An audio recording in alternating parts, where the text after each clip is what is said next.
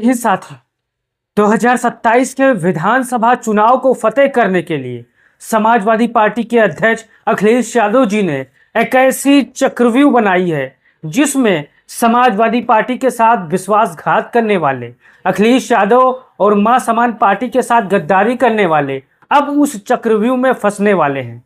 हमारे पीछे आप तस्वीर देख सकते हो। इस तस्वीर में कुशवाहा समाज के धाकड़ नेता बाबू सिंह कुशवाहा नजर आ रहे होंगे। आप ये तस्वीर देख सकते हो। और 2027 का विधानसभा चुनाव ऊंचाहार विधानसभा में बड़ा दिलचस्प होने वाला है। यहाँ पर आप देख सकते हैं ऊंचाहार से गद्दार विधायक मनोज पांडे की हार फाइनल। बाबू सिंह कुशवाहा आज भरेंगे हुंकार। सपा से मौर्य समाज का प्रत्याशी फाइनल। जैसा कि आपको पता है 2017 हो या 2022 का विधानसभा चुनाव हो, ऊंचाहार विधानसभा में मौर्य समाज का उम्मीदवार भारतीय जनता पार्टी और बहुजन समाज पार्टी से चुनाव लड़ा था। समाजवादी पार्टी से ब्राह्मण समाज का उम्मीदवार गद्दार विधायक मनोज पांडे चुनाव लड़े थे, जो कि समाजवादी पार्टी इस विधानसभा सीट को फतेह कर लेती है। लेकिन अब समीकरण बदल रहे हैं और रुझान बदल रहे हैं। कैसे 2027 का विधानसभा चुनाव फतेह करना है अखिलेश यादव को मालूम हो चुका है। हमारे पीछे आप यहाँ पर तस्वीर देख सकते हो। ये है ऊंचाहार विधानसभा का जातीय समीकरण।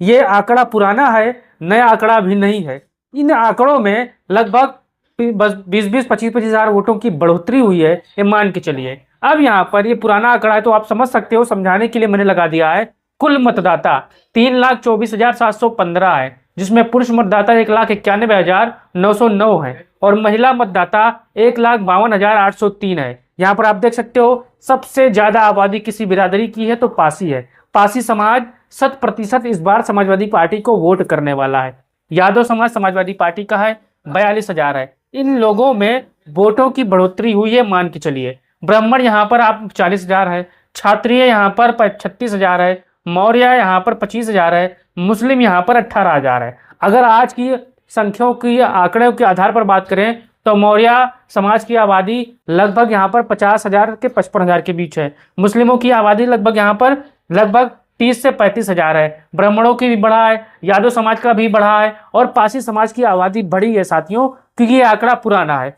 अब यहाँ पर 2022 के विधानसभा चुनाव में ऊंचाहार विधानसभा का परिणाम क्या था, कितने हजार वोटों से जो कि मनोज पांडे चुनाव जीते थे, वो मैं आपको बताने वाला हूँ। आप यहाँ पर देख सकते हो ऊंचाहार विधानसभा चुनाव परिणाम 2022। उम्मीदवार का नाम मनोज पांडे समाजवादी पार्टी से चुनाव लड़े थे, 82,514 वोट पाए थे। अमरपाल मौर्य भारतीय जनता पार्टी से चुनाव लड़े थे, 75,893 वोट पाए थे।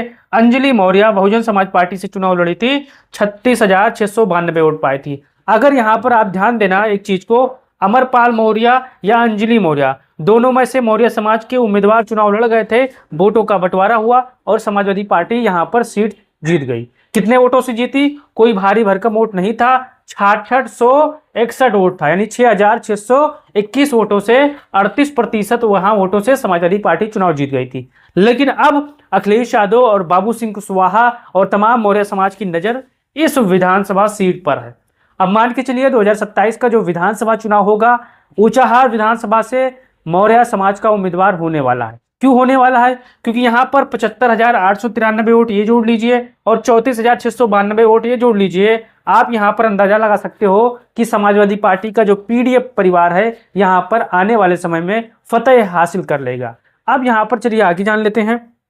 यहाँ पर आप देख सकते हैं सीएम यादव क्या लिखते हैं। उत्तर प्रदेश में मौर्य कुशवाहा समाज के सबसे बड़े नेता सपा सांसद बाबू सिंह कुशवाहा जी का आज 183 ऊंचाहार विधानसभा का दौरा है, यानी आज 15 सितंबर है। और आज जो समाजवादी पार्टी के जौनपुर सांसद हैं बाबू सिंह कुशवाहा आज शानदार रैली करने वाले हैं। आज मनोज पांडे को उनके औकात दिखाने वाले हैं कि अगर आप अखिलेश यादव के साथ समाजवादी पार्टी के साथ गद्दारी करोगे तो आप क्या होगा। यहाँ पर देख सकते हैं, यहाँ वो अशोका पैलेस में पीडीए पंचायत को संबोधित करने पर करें, अपने समाज को पीडीए के साथ जोड़ने का काम करेंगे। ऊंचाहार विधानसभा में 55,000 मौर्य मतदाता है। मैंने आपको पहले बता दिया था कि आंकड़े जो जातिगत आंकड़े हैं वो बढ़ोतरी उसमें हुई है, इस चीज को आपको ध्यान देना है। अब यहाँ पर देखिए अमन सोशलिस्ट क्या लिखते हैं। 183 ऊंचाहार विधानसभा में पीडीए के नेता बाबू सिंह कुशवाहा की एंट्री। ऊंचाहार विधानसभा में मनोज पांडे के द्वारा किए गए डैमेज कंट्रोल करने के लिए सपा सांसद बाबू सिंह कुशवाहा ने बीड़ा उठाया है। आगामी 15 सितंबर यानी आज को ऊंचाहार के अशोका पैलेस में बाबू सिंह कुशवाहा जी का आगमन हो रहा है। अब यहाँ पर आप देखिए शिवम क्या लिखते हैं, ऊंचाहार विधानसभा में अब पीडीए के मजबूत नेता बाबू सिंह कुशवाहा जी फील्डिंग लगा दिए हैं। मनोज पांडे का इस बार जीतना नामुमकिन है, लिख लो। आने वाले 15 सितंबर को ऊंचाहार के अशोका पैलेस में बाबू सिंह कुशवाहा जी का आगमन हो रहा है। अब ये तस्वीर देख सकते हैं, बाबू सिंह कुशवाहा उत्तर प्रदेश के सियासी जो किले हैं सबसे मजबूत सूबेदार हैं, सबसे मजबूत यहाँ पर दावेदार है। 2027 का विधानसभा चुनाव आ रहा है। अब आपको अपना राय देना है कि अगर ऊंचाहार विधानसभा से समाजवादी पार्टी किसी मौर्य समाज के उम्मीदवार को टिकट देगी तो क्या वो ऊंचाहार विधानसभा सीट फतेह कर पाएगा?